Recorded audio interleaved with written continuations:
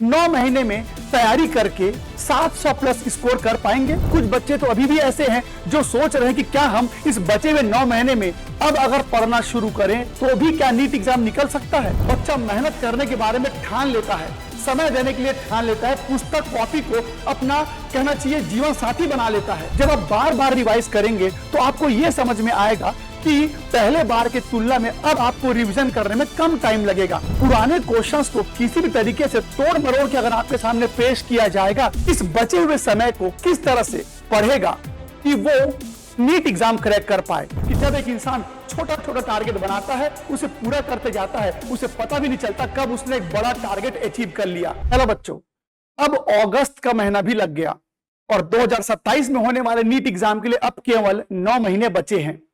अब हमारे पास कई तरह के बच्चे हैं। कुछ बच्चे ऐसे हैं जिन्होंने बहुत पहले ही तैयारी शुरू कर दी है, पर अभी भी ऐसे बहुत सारे बच्चे हैं जिन्होंने तैयारी शुरू कर तो दी है पर अभी उनकी तैयारी उतनी अच्छी नहीं चल रही है या वो समझ नहीं पा रहे हैं कि तैयारी हम अच्छी कैसे करें। और कुछ बच्चे तो अभी भी ऐसे हैं जो सोच रहे हैं कि क्या हम इस बचे हुए 9 महीने में अब अगर पढ़ना शुरू करें तो भी क्या नीट एग्जाम निकल सकता है। तो अगर आपके भी दिमाग में इस तरह की बातें चल रही हैं तो ये वीडियो आप लोगों के लिए है। यकीन मानिए, हमने बहुत सारे बच्चों को 6 महीने 7 महीने में भी मेहनत करके नीट एग्जाम निकालते हुए देखा है। तो अभी तो हमारे पास तकरीबन 9 महीने बचे हैं। अगर आपने सही तरीके से पढ़ाई की, चीजों को समझा, यकीन मानिए ये 9 महीना इतना पर्याप्त होता है कि आप बहुत आराम से नीट एग्जाम क्रैक कर सकते हैं और अपने ड्रीम कॉलेज तक पहुंच सकते हैं। इस वीडियो को बनाने के पीछे सिर्फ एक ही उद्देश्य है कि हम बच्चों को यह समझा सकें कि जो भी समय हमारे पास रहता है, अगर उसको सही तरीके से उपयोग किया जाए तो यकीन मानिए समय चाहे कितना भी कम हो, वो समय आपको बेहतर रिजल्ट तक पहुंचाने में आपकी मदद करेगा। तो मेरे प्यारे बच्चों, अगर आप भी 2027 में होने वाले नीट एग्जाम के तैयारी के बारे में सोच रहे हैं, नीट एग्जाम क्रैक करने के बारे में सोच रहे हैं और अपने ड्रीम कॉलेज में पहुंचने के बारे में सोच रहे हैं, तो इस वीडियो को ध्यान से देखिएगा। मैं आप लोगों को 3 ऐसी बातें बताऊंगा जिसको अगर आपने समझ लिया तो यकीन मानिए आपके लिए नीट एग्जाम क्रैक करना बहुत आसान हो जाएगा। हालांकि नीट एग्जाम अपने आप में एक बहुत टफ एग्जाम होता है, लेकिन अगर कुछ बारीकियों को समझ लिया जाए, बच्चा मेहनत करने के बारे में ठान लेता है, समय देने के लिए ठान लेता है, पुस्तक कॉपी को अपना कहना चाहिए जीवन साथी बना लेता है, तो फिर वो बच्चा बहुत कितना भी कठिन समय क्यों ना हो वो पढ़ लेता है और कितने भी बड़े एग्जाम को क्रैक कर जाता है। तो आखिर नीट एग्जाम की तैयारी करने वाले बच्चों के लिए अगर मैं कहूं कि यहां से अगर 9 महीने बचे हैं और इस 9 महीने को सही तरीके से यूज किया जाए तो आखिर कैसे हम नीट एग्जाम क्रैक कर पाएंगे। चलिए मैं आपको 3 ऐसी बातें बताऊंगा, ध्यान से सुनिएगा। अगर इन 3 बातों को आपने जहन में उतार लिया तो रास्ता कम से कम आसान तो हो ही जाएगा। क्या है वो बातें जो नीट एग्जाम क्रैक करने के लिए हर एक बच्चे को समझना जरूरी है, मैं आपको बताता हूं। सबसे पहले तो आप ये समझ लीजिए कि क्या सच में यह संभव है कि हम 9 महीने में तैयारी करके 700 प्लस स्कोर कर पाएंगे। बिल्कुल संभव है। मैं आपको बताता हूं इसके लिए क्या करना होगा आप लोगों को। अगर आप सच में 700 प्लस स्कोर करना चाहते हैं तो इस बचे हुए 9 महीने में कुछ इस तरह की चीजों को फॉलो कीजिए। सबसे पहले एनसीईआरटी बार बार पढ़िए। जैसे ही कोई टीचर आपको एक चैप्टर कंप्लीट कराता है, उसके बाद आप उस एनसीईआरटी से उस चैप्टर को रिवाइज करना शुरू कर दो और एक समय समय में टाइम निकाल करके आपको उस चैप्टर को रिवाइज करते रहना पड़ेगा। क्योंकि अगर एक चैप्टर कंप्लीट हो गया और आपने उस चैप्टर को एनसीईआरटी से रिवाइज नहीं किया या बहुत दिनों के बाद किया तो फिर उस पढ़ाई का कोई मतलब नहीं रह जाता। तो सबसे पहले आपको यह समझना पड़ेगा कि जब भी कोई टीचर किसी चैप्टर को पढ़ाता है तो उस चैप्टर के खत्म होते ही ना सिर्फ आपको क्वेश्चंस करने हैं बल्कि एनसीईआरटी रीड करना है और कुछ कुछ दिनों में उस चैप्टर को रिवाइज करते ही रहना है। जब आप बार बार रिवाइज करेंगे तो आपको यह समझ में आएगा कि पहले बार की तुलना में अब आपको रिवीजन करने में कम टाइम लगेगा। फिर जब तीसरी बार रिवीजन करेंगे तो और कम टाइम लगेगा। ऐसे करते करते रिवीजन का जो समय लगता है किसी एक चैप्टर को करने में, वो समय जो है वो कम होता चला जाएगा और एक समय ऐसा आएगा कि आप किसी भी चैप्टर में केवल इंपॉर्टेंट पॉइंट को अंडरलाइन कीजिएगा और आखिरी में रिवाइज करते समय केवल वो पॉइंट आपको याद दिला देगा कि उस चैप्टर में क्या क्या होता है। इसके बाद पीवाईक्यू प्रैक्टिस करना। जैसे ही कोई चैप्टर कंप्लीट होता है तो आप क्या करेंगे, उस चैप्टर के जो पीवाईक्यूज है उसको बनाना शुरू कर दो। क्योंकि ये बहुत जरूरी है कि हम ये समझ सके कि हमने अगर किसी चैप्टर को पढ़ा है तो वो चैप्टर हमने अच्छे से पढ़ा भी है कि नहीं पढ़ा है। क्योंकि एक चैप्टर में कितनी अच्छी तैयारी हुई है ये जानने के लिए हमें एनटीए द्वारा जो क्वेश्चंस तैयार किए जाते हैं उन क्वेश्चंस के इंटेंसिटी को समझना पड़ेगा, उन क्वेश्चंस के ताकत को समझना पड़ेगा, उस क्वेश्चन के जो घुमावदार जो पहलू होते हैं उसको समझना पड़ेगा। हर साल कितना नया क्वेश्चन हो सकता है आप खुद सोचिए। भाई 10 चैप्टर आपको देना है मान लीजिए एग्जाम में, तो उस 10 चैप्टर में से कितने ही नए क्वेश्चंस बन जाएंगे। कई सालों से एग्जाम हो रहे हैं तो क्वेश्चंस नए नहीं हो सकते बल्कि पुराने क्वेश्चन को ही घुमा फिरा के आपको दिया जाता है। तो अगर आप पीवाईक्यू कवर कर लेते हैं तो अगर पुराने क्वेश्चंस को किसी भी तरीके से तोड़ मरोड़ के अगर आपके सामने पेश किया जाएगा आप तुरंत उस क्वेश्चन को बना लेंगे। तो इसका यह मतलब हुआ कि पीवाईक्यू बनाना बहुत अधिक अनिवार्य होता है। इसके बाद मॉक टेस्ट देना। कुछ दिनों के बाद हमारे केजीएस की तरफ से टेस्ट सीरीज जारी हो जाएगा। हम हर साल हमारे बच्चों के लिए टेस्ट सीरीज प्रोवाइड करते हैं। हालांकि हमारे एप्लीकेशन में प्रति चैप्टर के बाद हम टेस्ट लेते ही हैं, लेकिन कुछ हमारे ऐसे टेस्ट भी हैं जो उन बच्चों के लिए भी है जो हमारे एप्लीकेशन में शामिल नहीं है। वो टेस्ट ऑल ओवर इंडिया के सभी बच्चों के लिए होता है। तो आप चाहे केजीएस का प्लेटफॉर्म यूज कर रहे हो या ना कर रहे हो, अगर आप इस यूट्यूब के माध्यम से इस वीडियो को देख रहे हैं तो मैं आपसे निवेदन करूंगा कि जैसे ही हमारा टेस्ट सीरीज जारी होता है उसे आप जरूर ले लें ताकि आप अपना जो तैयारी हुआ है उसका सही सही मूल्यांकन कर सकें। तो सबसे पहले इन बातों को दिमाग में बिठा लीजिए। इसके बाद अगले पॉइंट में चलते हैं। अब एक बच्चा इस बचे हुए समय को किस तरह से पढ़ेगा कि वो नीट एग्जाम क्रैक कर पाए। तो आप जो टाइम टेबल बनाते हैं जरा समझिएगा। आप हफ्ते का एक टाइम टेबल बनाइए, आप एक महीने का टारगेट बनाइए और हर दिन का भी एक छोटा टारगेट होना चाहिए। आपको यह पता होना चाहिए कि जब एक इंसान छोटा छोटा टारगेट बनाता है उसे पूरा करते जाता है उसे पता भी नहीं चलता कब उसने एक बड़ा टारगेट अचीव कर लिया।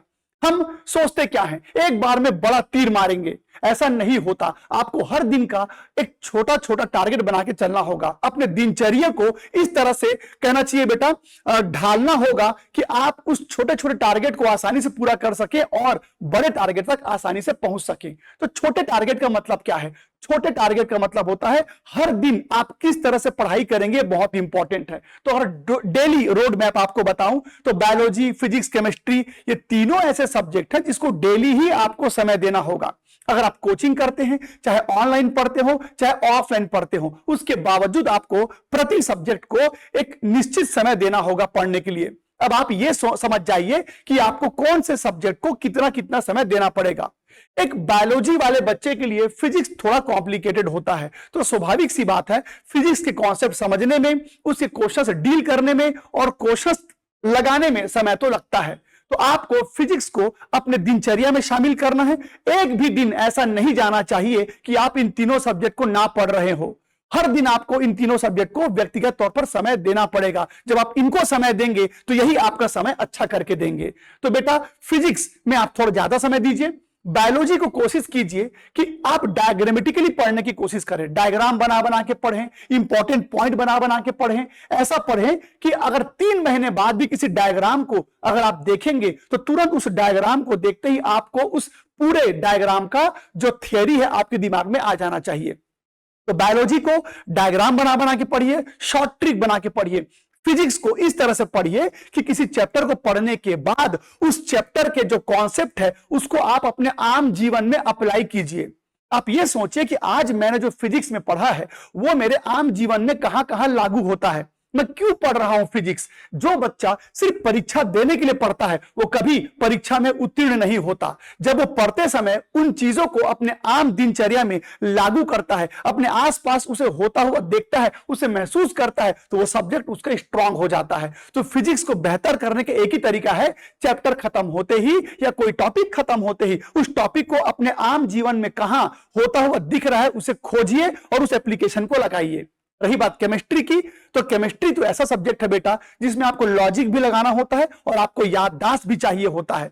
तो याददाश्त के माध्यम से आप इनऑर्गेनिक को डील कर सकते हैं, अगर आपका लॉजिकल माइंड है तो बहुत आसानी से आप ऑर्गेनिक में अच्छा स्कोर कर सकते हैं। ऑर्गेनिक एक ऐसा हिस्सा है केमिस्ट्री का जिसमें अगर आपने थोड़ा सा चीजों को लॉजिकली समझना शुरू कर दिया तो कोई आपको केमिस्ट्री में अच्छा स्कोर करने से नहीं रोक सकता। तो सबसे बड़ा मुद्दा है कि आपको हर दिन इन तीनों सब्जेक्ट को समय देना ही होगा।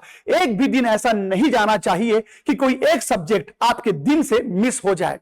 तो यूं समझ लीजिए कि जिस प्रकार सांस लेना जरूरी है उसी प्रकार इन तीनों सब्जेक्ट को हर दिन समय देना जरूरी है। यह था दूसरा पॉइंट। अब तीसरे पॉइंट पे चलते हैं। कुछ ऐसे मिस्टेक, कुछ ऐसी त्रुटियां, कुछ ऐसी कमियां जो बच्चे में होती है जो उसको नीट एग्जाम क्रैक करने नहीं देती। कई बार तो बच्चा यह सोच बैठता है कि मैं तो 12-12 घंटे पढ़ रहा हूं, रोज कोचिंग जा रहा हूं, ढेर सारे क्वेश्चंस बना रहा हूं, पर उसके बावजूद वो बच्चा नीट एग्जाम क्यों नहीं निकाल पाता? क्योंकि उस बच्चे ने जाने अनजाने में कुछ ऐसी गलतियां की हैं जिसके बारे में उसे खुद आभास नहीं है। तो बच्चों, कुछ ऐसे मिस्टेक अगर आप कर रहे हैं तो सावधान हो जाइए। नीट एग्जाम क्रैक करने में आपको बहुत परेशानी हो सकती है। क्या है वो सावधानियां? तो आप सिर्फ लेक्चर देखते हो। बहुत सारे बच्चों को मैंने देखा है कि वो बस, चाहे वो लाइव क्लास हो, चाहे ऑफलाइन हो, चाहे ऑनलाइन हो, बस लेक्चर को सुनते रहते हैं, उसको समझने की कोशिश नहीं करते। कई बच्चों का बैकलॉग हो जाता है, तो बैकलॉग होने से बस वो लेक्चर को देख लेते हैं, उनको लगता है कि अब हमने पूरा कर लिया। तो लेक्चर को सिर्फ देखना नहीं है, बारीकी से देखना है और उसे समझना है, अपने जहन में उतारना है। इसके बाद रिवीजन स्किप ना करें। जैसे कि मैं आपको बता रहा था कि हर दिन रिवीजन अनिवार्य होता है। थोड़ा थोड़ा समय दीजिए, पर दीजिए जरूर। रिवीजन के बिना आज तक कोई भी बच्चा कोई बड़ा एग्जाम नहीं निकाल पाया है। एनसीईआरटी को लाइटली लेना, बच्चे क्या सोचते हैं ये एनसीईआरटी का बुक है, इतना पतला बुक है, इस पतले से बुक को पढ़ के क्या ही हो जाएगा? बेटा, सारे क्वेश्चन इस एनसीईआरटी से ही तो आने हैं। अब आप सोचेंगे इस पतले से पुस्तक में कितना कंटेंट दिया है, ये तो हम भिड़ेंगे तो 1 महीने में पढ़ देंगे, पर ऐसा नहीं होता। सिर्फ रीड नहीं करना है, इस बुक के अंदर लिखे हुए हर एक शब्द का मतलब आपको पता होना चाहिए, उसका एप्लीकेशन पता होना चाहिए। तो एनसीईआरटी को आप लाइटली तो बिल्कुल मत लीजिए। हर वो बच्चा जो नीट एग्जाम क्रैक करता है, क्या आपको पता है, उसको एनसीईआरटी के लाइन बाय लाइन याद होता है। तो आप भी अगर अपने आप को उस श्रेणी में ले जाना चाहते हैं तो एनसीईआरटी को अपना महाग्रंथ बना लीजिए। इसके बाद पीवाईक्यू प्रैक्टिस करना स्वाभाविक सी बात है। मॉक टेस्ट लगातार देना पड़ेगा। जब जब आपके एप्लीकेशन में कोई टेस्ट होता है, ऑफलाइन सेंटर में टेस्ट होता है, तो ये सारे टेस्ट बहुत इंपॉर्टेंट होंगे, ये आपको देना अनिवार्य है। तो मेरे ख्याल से अगर आप ये मिस्टेक नहीं कर रहे हैं तो मैं दावे से कह सकता हूं कि आप नीट एग्जाम निकालने वाले हैं।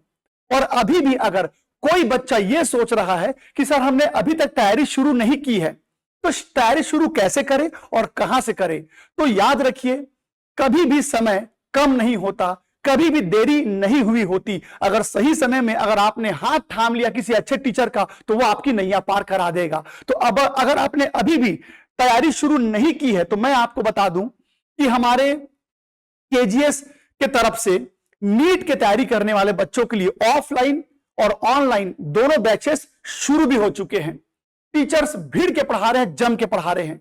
हमारे जो ऑफलाइन सेंटर है, अगर आप प्रयागराज में रहते हैं तो आप प्रयागराज में हमारा ऑफलाइन सेंटर ज्वाइन कर सकते हैं। अगर आप दिल्ली या दिल्ली के आसपास रहते हैं तो आजादपुर में हमारा ऑफलाइन सेंटर चल रहा है बेटा। और अगर आप पटना में रहते हैं तो बेटा बोरिंग रोड और मुसल्लेपुर हाट में हमारे जो ऑफलाइन बैचेस है वो बहुत धमाकेदार तरीके से चल रहे हैं। टीचर बहुत दिग्गज हैं, भीड़ के पढ़ा रहे हैं, आपका साथ तब तक नहीं छोड़ेंगे जब तक आपका नीट एग्जाम क्रैक ना हो जाए। तो अगर आप में काबिलियत है, अगर आप में हिम्मत है परिस्थिति से लड़ने की, अगर आप में हिम्मत है ज्यादा देर तक समय देने की, पढ़ाई में अपना मन लगाने का, तो यकीन मान लीजिए कि हमारे टीचर्स आपको आपके ड्रीम कॉलेज तक पहुंचा करके ही छोड़ेंगे। तो हमारे जो बैचेस है बेटा, ध्यान दीजिए, हमारे बैचेस जो हैं वो शुरू हो चुके हैं। ऑफलाइन बैच हो चाहे ऑनलाइन बैच हो, अगर आप भी ऑफलाइन बैच ज्वाइन करना चाहते हैं या ऑनलाइन बैच ज्वाइन करना चाहते हैं तो इस वीडियो के नीचे बेटा आपको लिंक मिल जाएगा, वहां से आप फॉर्म भर करके या डिटेल अगर जानना चाहते हैं तो आप जाएंगे हमारे कमेंट बॉक्स में, आपको पूरे हमारे बैचेस की डिटेल जो है एकदम साफ साफ मिल जाएगा। यहां तक कि अगर आपको कोई क्वारीज होंगी, कुछ क्वेश्चंस होंगे तो वहां दिए गए फोन नंबर पे आप कॉल करके पता कर सकते हैं कि कब कब कौन कौन से बैचेस चल रहे हैं, क्या कोई नया बैच आने वाला है, कौन टीचर आपको पढ़ा रहा है, आपकी फीस कितनी होगी, ये सब आपको कॉल करके पता कर सकते हैं। और हां, एक और बहुत इंपॉर्टेंट बात, अभी जो री नीट का एग्जाम हुआ है, अगर आपका स्कोर उसमें 450 या उससे ज्यादा है तो केजीएस की तरफ से ऐसे बच्चों के लिए एक सुनहरा अवसर है। केजीएस एकमात्र ऐसा प्लेटफॉर्म है जो उन बच्चों को भी अपने साथ जोड़ना चाहता है जो नीट एग्जाम नहीं निकाल पाया, और ना सिर्फ उन्हें जोड़ना चाहता है, उनके लिए फीस की भी ऐसी सुविधा दी जा रही है जो अभी तक कहीं पर नहीं दी गई है। अगर आप 450 से ऊपर स्कोर किए हैं रीनीट एग्जाम में, तो यकीन माने केवल 10,000 में आप नीट एग्जाम की तैयारी ऑफलाइन बैचेस में कर सकते हैं। आप दुनिया के किसी भी, आप इंडिया के किसी भी कोचिंग सेंटर में चले जाइए जहां फीस 1 लाख, 1.5 लाख, 2 लाख तक होता है, वहां पर सोचिए अगर आपने रीनीट में अच्छा परफॉर्म किया है तो आपके लिए इससे अच्छा अवसर नहीं मिल सकता। केवल 10,000 रुपए में आप हमारे ऑफलाइन के दिग्गज टीचरों से पढ़ सकते हैं और अपने ड्रीम कॉलेज तक पहुंचने के सपने को पूरा कर सकते हैं। तो मेरे प्यारे बच्चों, समय भले ही कम रह गया है, पर अगर सही तरीके से इस समय का उपयोग किया जाए तो नीट एग्जाम निकालना कोई मुश्किल काम नहीं है। तो उम्मीद करता हूं कि अब आपके अंदर इतना जोश तो आ गया होगा कि अब इस 9 महीने में अगर जम के आपने पढ़ दिया और हमारी बातें मान ली तो बेशक ऊपर वाला आपको आपके ड्रीम कॉलेज तक पहुंचाएगा। तो मेरे प्यारे बच्चों, भिड़ जाए तैयारी के लिए, हम आपके साथ हैं, मिल के पढ़ेंगे, भिड़ के पढ़ेंगे, नीट एग्जाम क्रैक करके रहेंगे।